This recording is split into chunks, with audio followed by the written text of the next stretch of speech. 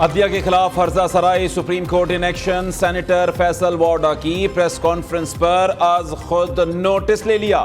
Chief justice قاضی فائز عیسیٰ کی سربراہی میں 3 رکنی بینچ آج سماعت کرے گا۔ جسٹس عرفان سعادت اور جسٹس نعیم اختر بینچ کا حصہ۔ جسٹس اطہر من اللہ نے نیب ترامیم کا لدم قرار دینے کے خلاف کیس میں ریمارکس دیے۔ پگڑیوں کو فٹ بال بنانے کا کہہ کر کیا پراکسیز کے ذریعے ہمیں دھمکایا جا رہا ہے؟ ایسے کہنے والے خود کو بے نقاب کر رہے ہیں۔ کیا آپ اپنی پراکسیز کے ذریعے ہمیں دھمکا رہے ہیں؟ اٹارنی جنرل منصور عثمان آوان نے جواب دیا، نہ ایسا ہو رہا ہے اور نہ ایسا ہونا چاہیے۔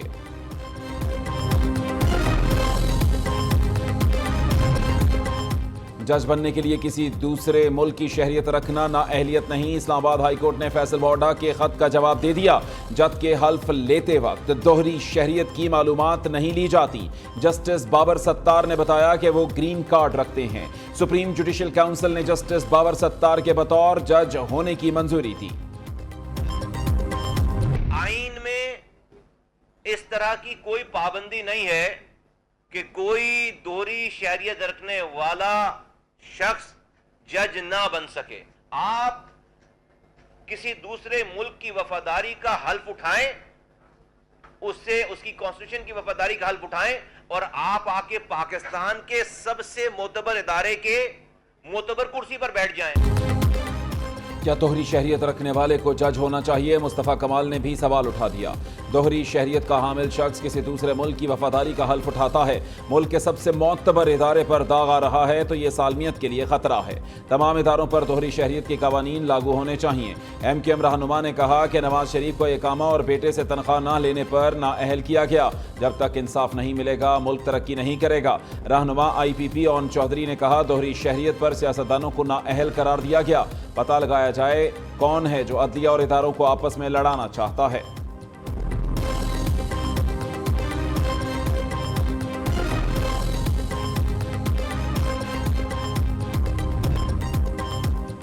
آرڈیننس ہی لانے ہیں تو پارلیمنٹ کو بند کر دیں۔ آرڈیننس سے آپ ایک شخص کی مرضی قوم پر تھوپ دیتے ہیں۔ کیا ایسا کرنا جمہوریت کے خلاف نہیں؟ کیا آرڈیننس کے ساتھ صدر مملکت کو تفصیلی وجوہات نہیں لکھنی چاہیے؟ چیف جسٹس کا نیب ترامیم کا لدم قرار دینے کے خلاف انٹرا کورٹ اپیلوں میں استفسار۔ ریمارکس دیے، قانون کو معطل کرنا بھی نظام کے ساتھ ساز باز کرنا ہے۔ تعجب ہے نیب ترامیم کیس 53 سماعتوں تک چلایا گیا۔ پنجاب میں الیکشن کیس کا آرڈر آف کورٹ کدھر ہے؟ جب آرڈر آف کورٹ ہی نہیں تو اسے فیصلہ کیوں کہہ رہے ہیں؟ بانی P T I supreme court میں ویڈیو لنک کے ذریعے پیش ہوئے۔ سماعت غیر معینہ مدت تک ملتوی۔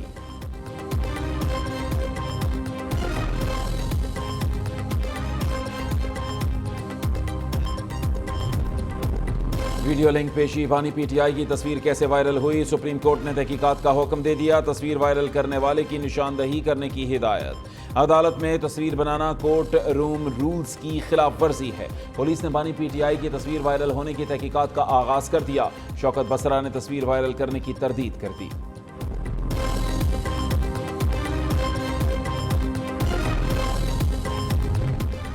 بھاولپور یونیورسٹی اسکینڈل کا حوالہ کیوں دیا؟ طارق بشیر چیمہ آنپے سے باہر۔ زرتاج گل کے لیے مبینہ نازیبا الفاظ کا استعمال کرنے پر سنی اتحاد کونسل کی ہنگامہ آرائی۔ غصے میں چند اپوزیشن ارکان طارق بشیر کی جانب لپکے۔ آغا رفیع اللہ طارق چیمہ کو ایوان سے باہر لے گئے۔ ایم این اے اقبال آفریدی نے طارق بشیر چیمہ کو فوری طور پر معطل کرنے کا مطالبہ کر دیا۔ طارق بشیر چیمہ نے واقعے پر زرتاج گل سے معافی مانگ لی۔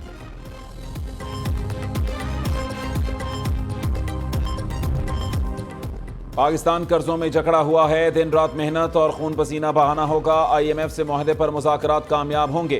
وزیر اعظم شہباز شریف کا آزاد کشمیر کابینہ اجلاس سے خطاب، کہتے ہیں آزاد کشمیر کشیدگی میں شرپسند عناصر ملوث تھے، شہداء کے اہل خانہ کو امدادی پیکج دیں گے۔ وزیر اعظم کا نیلم جہلم ہائیڈرو پاور پروجیکٹ کا دورہ، منصوبے کے ڈیزائن میں نقائص اور ذمہ داری کے تعین کے لیے کابینہ کمیٹی کی تشکیل کا اعلان۔ شہباز شریف کی زیر صدارت نون لیگ کے اراکین قومی اسمبلی کا اجلاس۔ حکومتی معاشی پالیسیز، بیرونی سرمایہ کاری اور سیاسی صورتحال پر اعتماد میں لیا، کہا ملک کے معاشی حالات جلد بہتر ہو جائیں گے۔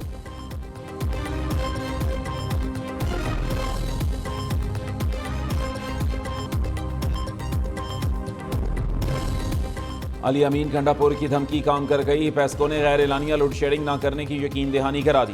وزیر اعلیٰ خیبر پختونخوا سے پیسکو چیف کی ملاقات، علی امین گھنڈاپور نے کہا کہ صوبے میں لائن لاسز کی ذمہ داری وفاقی حکومت اور پیسکو کی ہے۔ بجلی مہنگی ہونے کے باوجود بجلی نہیں مل رہی، سزا صوبے کے عوام کو دی جا رہی ہے جو کسی صورت قابل قبول نہیں۔ نئے شیڈیول پر عمل درآمد کے لیے حکام آج ہی میکانزم تیار کریں، 1 منٹ بھی زیادہ لوڈ شیڈنگ ہوئی تو ایکسین کے خلاف مقدمہ درج کیا جائے گا۔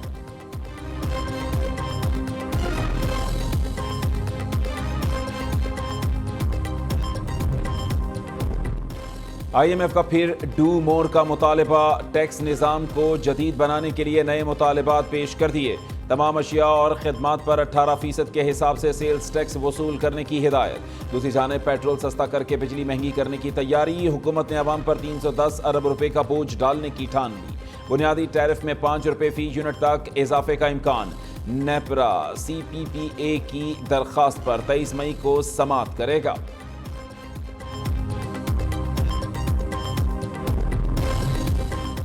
وزیر اعلیٰ پنجاب کا کسانوں کے لیے 400 ارب روپے کے پیکج کا اعلان، مریم نواز کا کہنا ہے گندم خریداری میں کرپشن کا راستہ روک دیا۔ کسان کارڈ سے کاشتکار کھاد اور بیج خرید سکے گا، آنے والے دنوں میں کسان سے زیادہ کوئی خوشحال نہیں ہوگا۔ 5 سال پورے کیے تو وفاق اور پنجاب کو بدل دیں گے، کوئی سڑک ٹوٹی نظر آئے گی نہ ہی کوئی اور مسائل ہوں گے، چند ماہ میں پنجاب کے تمام اسپتالوں کو بدل دیں گے۔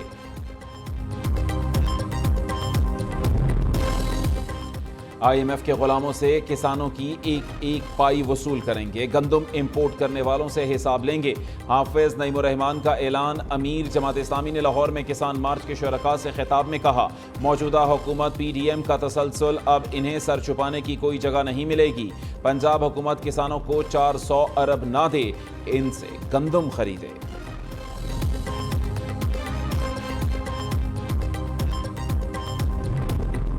اذلان شاہ ہاکی کپ کی سلور میڈلسٹ پاکستانی ٹیم کے اعزاز میں تقریب، وزیر اعظم نے قومی ہاکی ٹیم کے کھلاڑیوں میں انعامات تقسیم کیے۔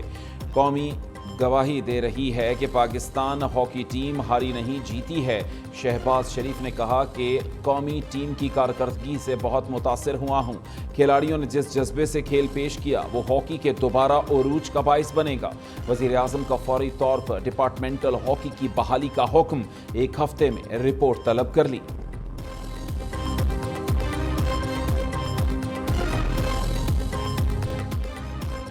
شفاعت علی کی وزیر اعظم کے سامنے ان کی نقل اتارنے کی ویڈیو وائرل، شہباز شریف خوب محظوظ ہوئے، وفاقی وزیر اطلاعات عطا تارڑ اور قومی ہاکی ٹیم کے کھلاڑیوں نے خوب کہے لگائے۔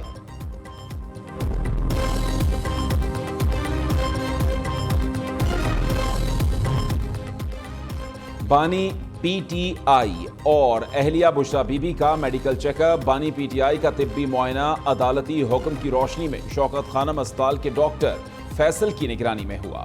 پیمز اسپتال کے عملے نے خون کے نمونے لیے، بشرا بی بی کا چیک اپ اور خون کا سیمپل دینے سے انکار۔ بانی پی ٹی آئی کے اصرار پر بھی بشرا بی بی طبی معائنے کے لیے راضی نہ ہوئی۔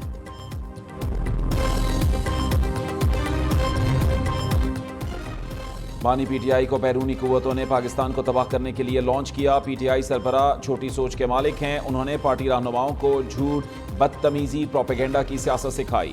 سینئر صوبائی وزیر شرجیل میمن کہتے ہیں وزیر اعلیٰ گنڈاپور نے خیبر پختونخوا ہاؤس میں گورنر کے داخلے پر پابندی لگا کر اپنی ذہنیت کا بتایا۔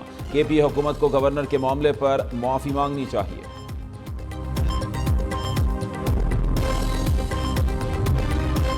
لاہور میں ایسوسی ایشن of electronic media editors and news directors کا اجلاس، حکومت پنجاب کے ہتک عزت کے مجوزہ بل اور وفاقی حکومت کے پیکا ترمیمی بل کو مسترد کر دیا۔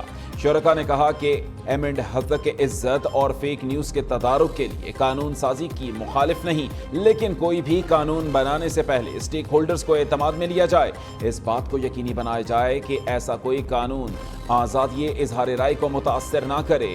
ایمنڈ جنرل باڈی اجلاس میں سال 2024 سے 2026 کے لیے عہدیداران کا انتخاب بھی کیا گیا۔ جیو نیوز کے اظہر عباس صدر، director new news Muhammad Usman نائب صدر مقرر، وفاقی وزیر اطلاعات عطا تارڑ کی مبارکباد۔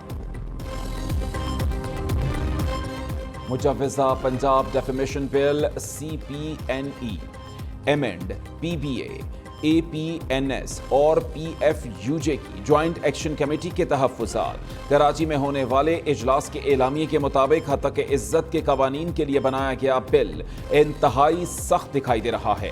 مجوزہ بل آزادی اظہار رائے کے بنیادی حق کے لیے خطرہ نظر آ رہا ہے۔ جوائنٹ ایکشن کمیٹی تمام سٹیک ہولڈرز کے ساتھ تفصیلی اور بامقصد مشاورت چاہتی ہے۔ پاک بحریہ کی وطن کے لیے قربانیوں کی قابل فخر تاریخ ہے۔ ہمیشہ پاکستان کے سمندری مفادات کے تحفظ کے لیے قوم کی توقعات پر پورا اتری۔ Chairman joint chiefs of staff committee general Sahir Shamshad Mirza کا Pakistan navy war college Lahore میں 53ویں PN سٹاف کورس کی تقریب۔ جنرل ساحر شمشاد مرزا نے یادگار شہداء پر پھول چڑھائے اور فاتحہ خوانی بھی کی۔